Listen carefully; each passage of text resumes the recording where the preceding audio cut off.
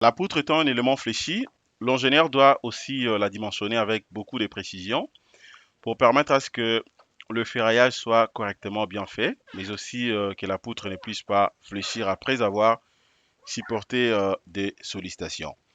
Les amis, nous allons continuer nos séries de formations sur le même projet. Maintenant, nous allons voir ensemble avec moi comment vous serez donc à mesure de dimensionner la poutre. D'abord, trouver rapidement la poutre la plus chargée, afin de la dimensionner. Alors, abonnez-vous massivement sur notre chaîne YouTube, Jinkunga Tutoriel, likez nos contenus ainsi que partagez.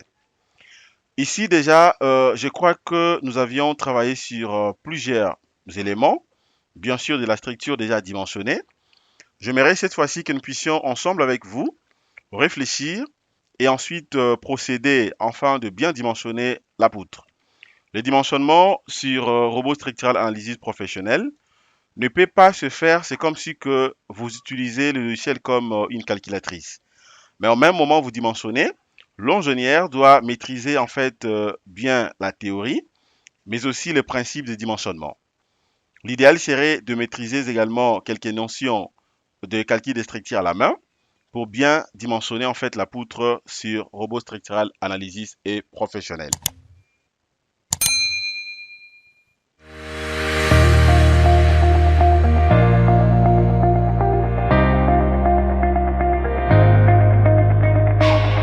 Audio Jungle.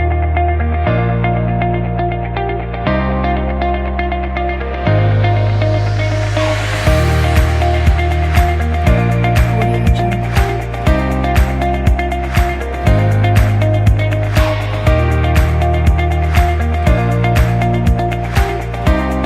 Audio Jungle.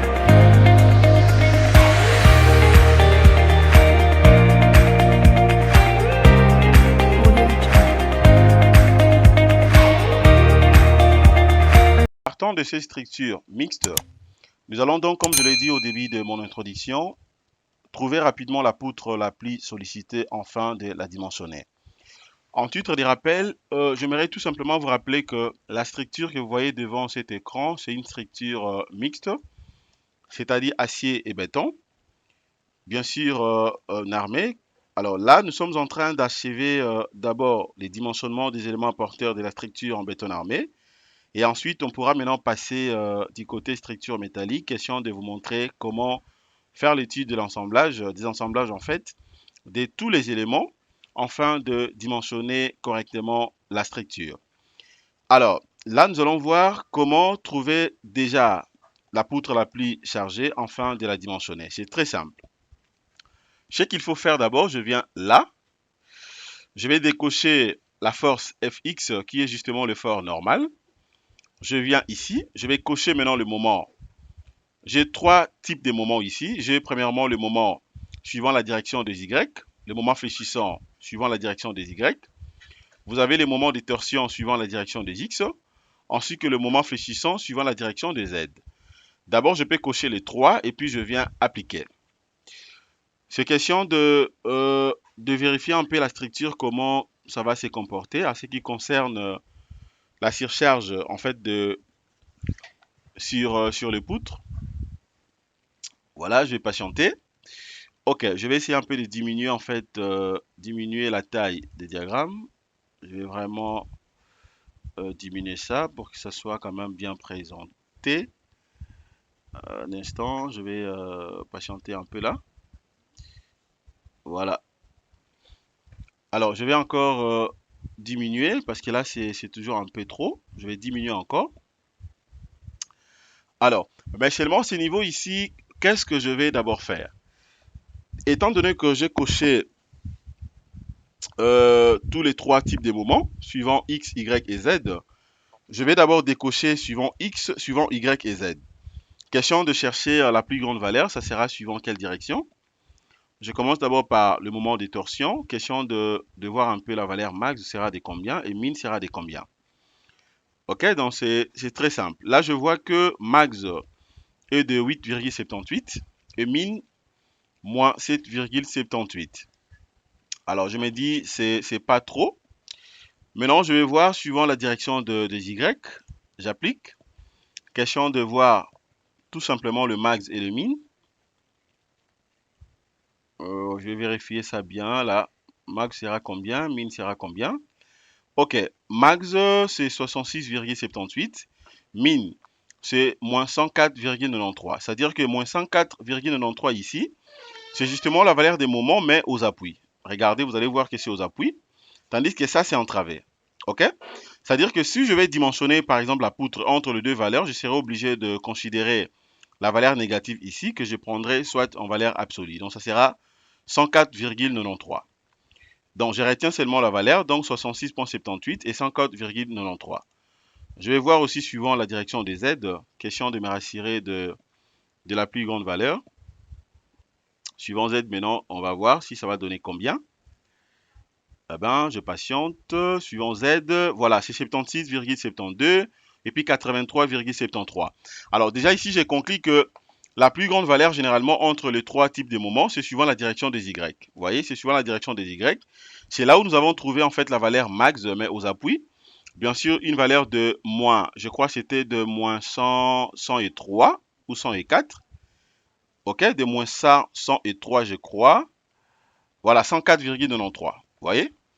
Donc là, je retiens très bien la valeur max.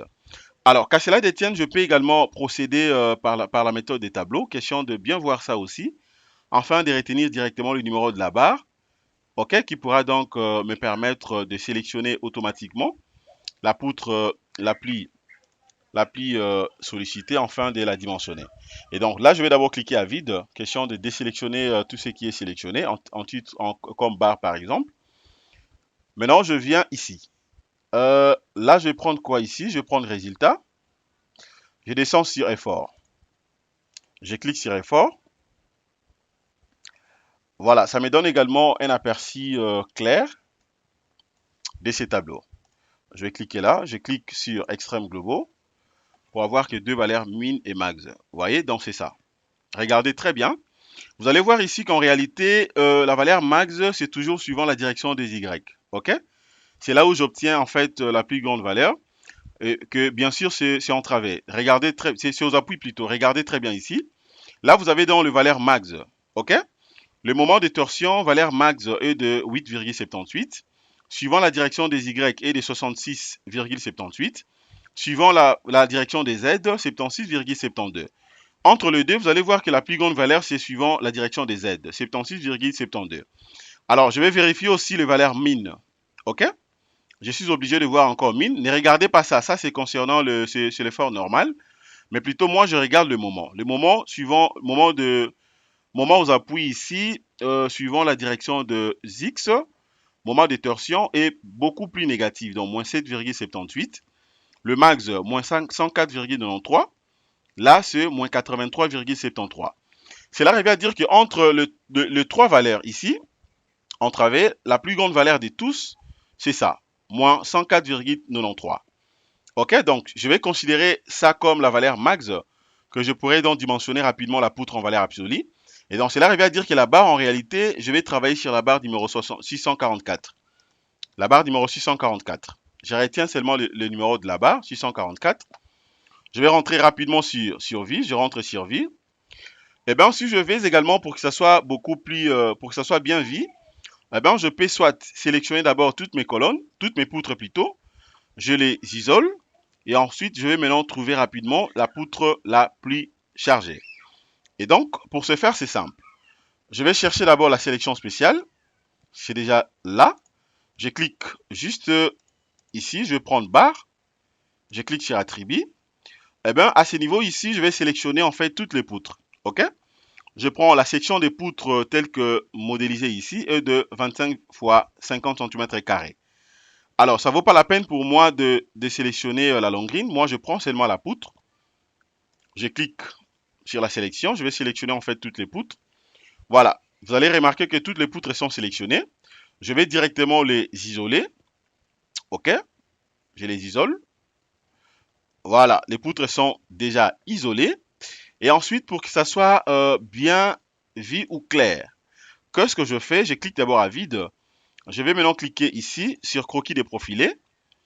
Question de visualiser directement aussi la section de mes poutres, selon bien sûr les niveaux. Je vais agrandir un tout petit peu la taille des diagrammes pour que ça soit un peu bien clair. Ok, je vais agrandir encore. Voilà. Maintenant, je m'en vais sur paramètres. Je m'en vais sur paramètres, je vais cliquer sur paramètres. À ce niveau ici, je vais décocher extrêmes locaux. Donc, je prends seulement extrêmes globaux pour avoir que deux valeurs dans le min et le max. Vous voyez, donc vous avez donc la valeur max, ok, aux appuis de moins 104,93, ainsi que la valeur max entravée de 48,71. Alors, c'est bien sûr en ELI. C'est après avoir combiné toutes les charges. Je viens là pour mettre les numéros. Le numéro de quoi de la barre, c'était le 644. Je fais Enter. Voilà. Vous allez remarquer que la barre la plus sollicitée ou la poutre la plus sollicitée est bel et bien sélectionnée. C'est donc ça la poutre la plus sollicitée. OK? Bien sûr, le moment max, c'est justement aux appuis. Je peux également l'isoler. Je peux l'isoler. Vous allez voir que c'est exactement ça. Vous voyez? C'est ça donc la poutre la plus sollicitée. Vous voyez? Alors, étant donné que la poutre la plus sollicitée est connue, et là, je peux directement passer au dimensionnement. Donc, je viens là, je prends dimensionnement. Je commence d'abord par les paramètres réglementaires, question donc de réglementer en fait la section et de la poutre la plus chargée. Je vais cliquer sur définir un nouveau type de ferraillage. Alors, d'abord les noms ici, je vais mettre, ça sera donc poutre. Ça sera poutre la plus chargée. Voilà, donc je mets poutre la plus chargée. Et ensuite, maintenant, le calcul se fera, ça sera en flexion ou comment. Bon, ça dépend de la procédure. Moi, je vais la dimensionner en flexion simple.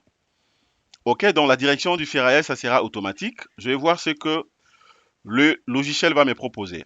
Je clique à côté, le béton, je vais travailler toujours avec le béton 25. Poids volumique, ça sera dans le 2500. Je vais confirmer ça. Alors, la classe d'acier ici, haute adhérence 400. Je clique ici, tout est bon. Eh bien, ça, je vais laisser par défaut. Le diamètre des barres minimales. Je clique sur ajouter. OK, je vais remplacer ça. J'accepte. Je ferme. Je vais chercher maintenant la poutre la plus chargée, telle que définie là-bas. Poutre la plus chargée, c'est ça. Et puis j'applique. Voilà, j'ai patienté. Ensuite, je ferme. Maintenant, je vais sélectionner encore à nouveau la poutre en question. Je sélectionne ça. Et eh bien, je viens sur dimensionnement, ferraillage réel, élément béton armé. Regardez maintenant comment je vais procéder rapidement afin de la dimensionner. C'est une poutre très sympa à dimensionner, d'autant plus que j'ai considéré, je n'ai pris que une seule travée, donc ça sera considéré comme une poutre isostatique. Ok, d'autant plus qu'il n'y avait pas une variation de la valeur ou des valeurs. Je n'ai pas voulu considérer ça comme une poutre continue. Donc je prends ça comme une poutre isostatique. Moi, je vais dimensionner ensuite.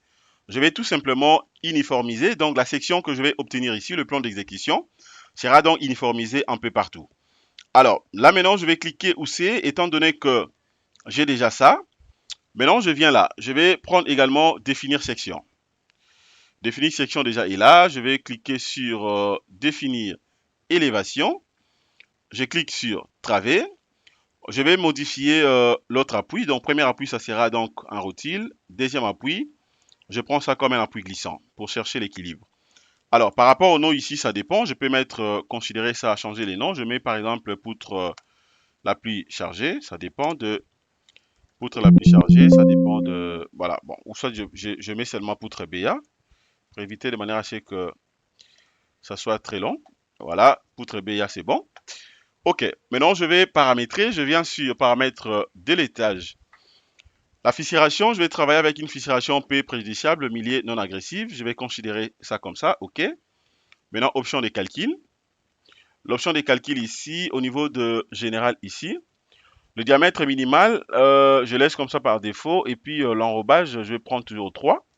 Ça me va. Optimiser la géométrie, tout est fixé, c'est bon. Et disposition sismique, non, non. Ce n'est pas une poutre qui sera donc réalisée dans un bâtiment qui se trouve dans une zone sismique. Ce n'est pas non plus une poutre préfabriquée, donc je vais laisser ça comme ça. Je vais cliquer sur béton. Dès que je clique sur béton, là, je vais prendre béton 25. Poids volumique, je vais confirmer toujours 2500. Diamètre du granulat qui prédomine ici, je peux prendre 10 ou 14. Et puis, armature longitudinale ici, je prends seulement haute adhérence 4 ans. Je vais laisser les choix au logiciel et puis moi, je pourrai vérifier ça bien après. Si par contre que je vois ça vaut pas la peine pour moi, c'est là où je pourrais soit modifier. Voilà, là également, je vais confirmer ça. Ensuite, je viens sur disposition de ferraillage. Disposition de ferraillage, le ferraillage, ça sera par travée, d'autant plus que j'ai une seule travée. Est-ce que vous avez besoin de barres bateau, c'est-à-dire le bar des armatures cavalières? Je me dis non, je n'en ai pas besoin. Mais de toutes les façons, je vais voir ce que le logiciel va me proposer. Si ça me va, c'est bon. Par contre, je peux porter des modifications, ça dépend de moi. Nombre max ici, et je mets 3. De l'autre côté, bon, je peux uniformiser, hein, je laisse par défaut 4,4. Transversal ici. La base, ça sera donc la section par rapport à la section de mes colonnes, ça sera dans des 50. OK, appui en béton armé, d'autant plus que ce sont des colonnes. Je confirme ça comme ça. Est-ce que vous aurez besoin des cadres ouverts pour la section T? Je me dis non. Le logiciel peut me proposer. Je vais cocher les armatures épinglées contre la poussée au vide. Question de compléter d'autres éléments. Là, je peux mettre, par exemple, la longueur développée. OK, des crochets, je prends des 10 cm. Je vais confirmer OK. Ensuite, là, c'est bon. Là, c'est bon. Est-ce que vous avez besoin de réservation? Je me dis non. Maintenant, je viens sur Analyse. Je vais cliquer sur Paramètres de dessin. Paramètres de dessin. Ici, déjà, vous voyez que c'est vide. Hein? Alors, ça veut dire quoi? Ça veut dire que, regardez ce que ça va se passer. Je vais lancer d'abord les calculs sans pourtant modifier là-bas. Je viens ici, je vais lancer les calculs. Je lance les calculs. Voilà. La condition de la disposition, l'armature inférieure a été renforcée étant donné que le cisaillement sur l'appui extrême. Je confirme ça. Alors, vous allez voir ici que rien n'apparaît. Donc là, je vais rentrer d'abord ici. Je rentre, je vais prendre donc analyse, paramètres de dessin. Je clique à côté. Je vais maintenant chercher directement l'élément que je vais placer là-dessus afin de bien visualiser le plan d'exécution. Parce que ça me va. Je peux travailler soit avec ça. Je clique sur OK. Ensuite, je relance les calculs. Question de voir la présentation de plan d'exécution. Voilà. OK. Je confirme ça OK. Donc, regardez à quoi ça ressemble. Et donc, cela arrive à dire que je peux porter aussi, faire aussi des modifications comme je vais. OK. Par exemple, si je ne veux pas, je vais uniformiser, par exemple, l'espacement des cadres ici. Je peux également le faire. C'est juste question de venir ici. Ensuite, je viens là. Je viens sur disposition de ferraillage. Je vais cliquer sur transversal. Je clique là. Je me dis, si je prenais un espacement de 15, par exemple. Je confirme. Ensuite, je viens là. Je vais augmenter tout simplement la hauteur. Je prends la hauteur de 60. OK, je garde d'abord la base de 25. Ensuite, je relance les calculs.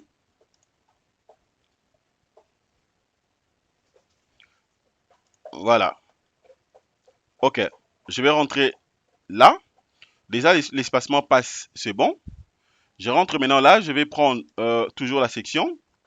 Cette fois-ci, je vais augmenter également la base, juste un tout petit peu là.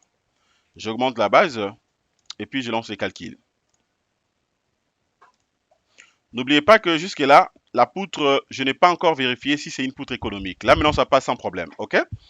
C'est-à-dire que les problèmes avec moi, je devais tout simplement soit diminuer ou augmenter la base. Mais par rapport à la hauteur, je vais essayer de remettre d'abord la hauteur des 50. C'est par rapport à la sollicitation. N'oubliez pas que c'est une structure mixte.